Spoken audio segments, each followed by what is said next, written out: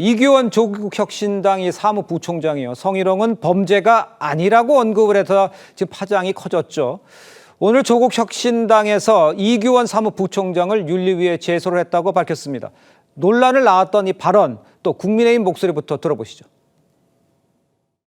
뭐 여러 막 무슨 뭐 언어 성희롱 같은 경우도 참 뭐 소개해드릴 만한 게 아니라 뭐 이렇게 범죄 사실을 할지라도 이렇게 얘기할 만한 게 아니라 이제 성희롱은 범죄는 아니고 네. 어쨌든 뭐 품위 유지 의무 위반은 되겠죠. 네. 성희롱이라고 통상 뭐 포섭이 될 텐데 네. 언어 폭력은 뭐 범죄는 아니고요. 그리고 관련 사건이 지금 경찰의 수사가 진행되고 있습니다. 네. 결론이 안 그걸 나온 이제 구체적으로 상태인데 말씀드리죠. 피해자에 대한 명백한 2차 가해이자 성범죄의 심각성을 축소, 왜곡시키는 반사회적 인식입니다. 개혁과 평등을 외쳐온 세력들이 성비위 사건을 가볍게 여기고 잘못된 언행을 두둔하는 모습을 반복해서 보이고 있습니다. 이제라도 변명과 감싸기를 중단해야 합니다. 자, 그러니까 검사 출신인 이규원 사무부총장, 성희롱은 품위 유지의 위반에는 해당이 하겠지만 범죄는 아니다. 이렇게 말을 했다가 파장을 일자 오늘 조국혁신당이 이규원 사무부총장을 중앙당 윤리위원회에 제소한 겁니다. 우리 박민영 먼저 대변인부터 하시죠. 어떻게 평가를 하세요? 네. 검사 출신이시잖아요. 그러니까 법을 알 만큼 아시는 분이 이렇게 좀 상식에 어긋나는 이야기를 했다라고 하는 것 자체가 아무리 정파적으로 발언한 입장이라고 하지만 좀 도를 넘었다라고 저도 생각을 하고요. 성희롱은 당연히 범죄고 2차 가해까지 범죄로 처벌을 받도록 되어 있습니다. 우리 법률이 그렇게 되어 있고 전 이것이 한편으로는 최강욱 교육연수원장과 같은 인식이 아닌가라는 생각이 들거든요. 네네네. 최강욱 교육연수원장이 이 조국혁신당의 정치 아카데미 참여해서 했던 여러 발언 중에서 제가 가장 충격을 받은 것은 누구처럼 강간을 한 것도 아니지 않냐라고 얘기를 했단 말입니다. 이 말을 뒤집으면은 강간 정도가 아니면 죄가 아니라고 인식을 하고 있다는 거거든요.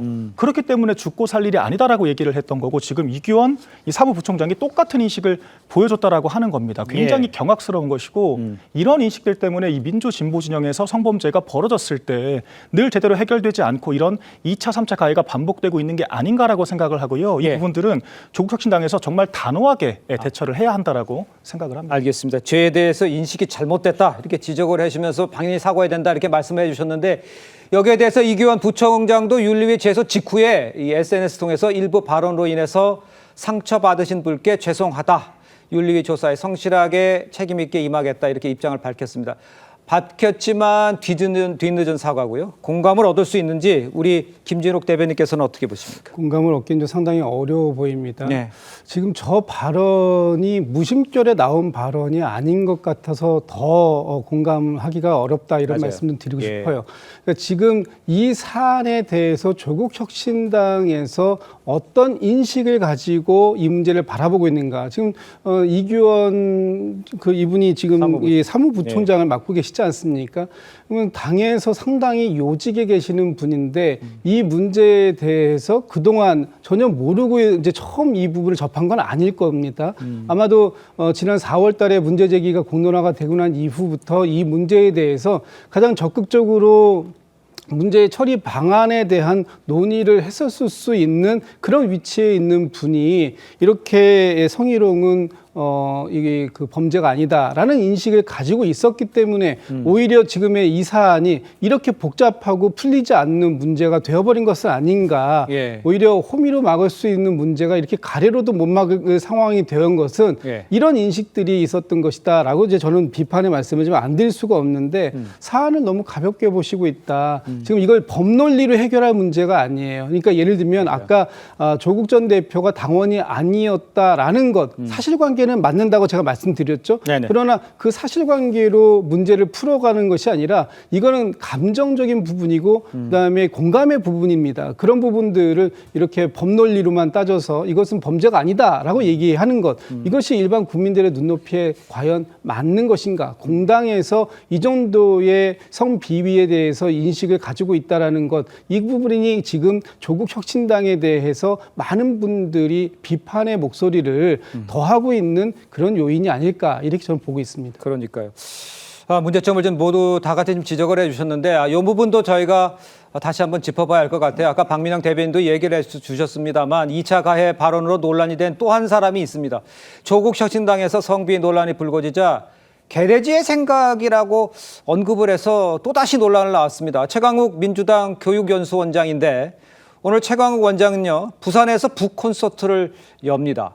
정치인이라고 하면 가장 중요한 게 본인 책임이잖아요. 자기의 말로 인해서 지금 빚어진 이야기들 또 그걸로 인해서 상처받는 분들이 지금 계시지 않습니까? 맞아요. 자, 그런 분이 저걸 볼 때 어떤 느낌을 가질까요? 그러니까 정말 너무도 뻔뻔스러운 저는 행태라고 봅니다. 예. 최소한의 책임, 조국 전 대표도 그렇지만 이 최강욱 원장도 지금 저거 지금 북콘서트 할 때입니까? 알겠습니다. 지금 북콘서트 할 때가 아니라 자숙하고 또 반성하고 책임져야 할 때라는 지적을 해주셨습니다. 일단요, 민주당 윤리감찰단이 어제 이제 최강욱 교육연수원장을 3시간 정도 조사를 했고 이 최강욱 교육연수원장의 조사 결과를 모레 정청래 대표에게 보고할 예정인데 그렇다면 어떤 후속 조치들이 이루어져야 한다. 당 차원에서 어떤 후속 조치들이 이루어진다고 줘야 된다고 보세요? 저희는 당연히 제명 사안이라고 그렇습니다. 생각을 합니다. 이게 발언의 수위도 굉장히 높다라고 보여지고요. 그리고 이제 박구용 전 그 민주당의 그 교육연수원장이 있었잖아요. 그분도 2030 세대가 극우화됐다라고 하면서 말라 비틀어지게 만들어 고립시켜야 한다. 이런 부적절한 발언을 해서 자진 사퇴를 하는 일이 있었습니다. 네네. 그런데 그 자리를 지금 이 최강욱 전 의원이 사면되자마자 이렇게 임명을 또 한 거지 않습니까? 그런데 그 과정에서 우리 아까 이현종 의원께서 말씀하신 것처럼 이 찍들을 한나라시에 묻어버려야 이 나라가 발전한다라고 하는 식의 막말과 이 개돼지라고 하는 막말 그리고 피해자들에 대한 이런 2차 가해 발언까지 이 모든 것들을 종합해봤을 때 경징계로 끝날 일은 절대 아니라고 생각이 되거든요. 만약에 민주당에서 1년 당원권 정지 같은 경징계를 한다라고 하면 이건 정말 면피상이라고 하는 비판을 피하기가 어렵습니다. 왜냐하면 총선 출마하는데도 아무런 애로사항이 발생하지 않고 사실상 페널티가 없다라고 봐야 되거든요. 과거 짤짤이 발언, 암컷 발언까지 이런 잇따른 발언 논란이 있음에도 불구하고 또 그냥 넘어가게 된다면 이것은 국민들께 지탄을 받을 수밖에 없는 사안이다. 이렇게 보여집니다.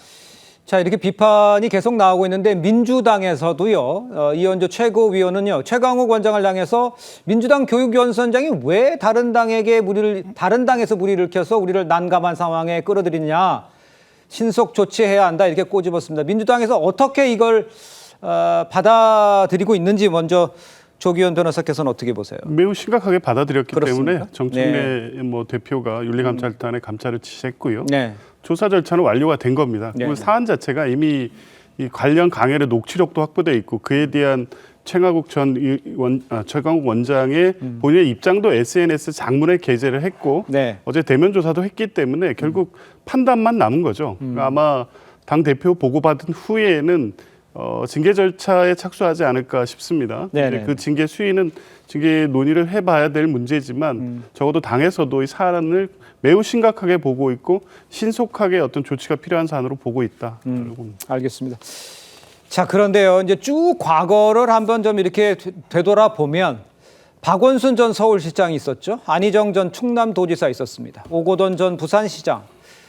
다 이 성비 사건이 있었습니다. 연이어 2차 가해 논란이 불거졌었죠. 한번 직접 들어보시죠. 피해를 호소하는 여성의 아픔에 위로를 표합니다. 피해 호소인에 대한 적극적인 보호 조치를 병행해서 피해 호소이라는 신조 기억하시죠? 지금 들어도 정말 어처구니 없는 용어입니다. 당시에도 사과를 드렸던 것으로 기억하고 그리고 피해자께서 입은 피해에 대해서 사과드립니다.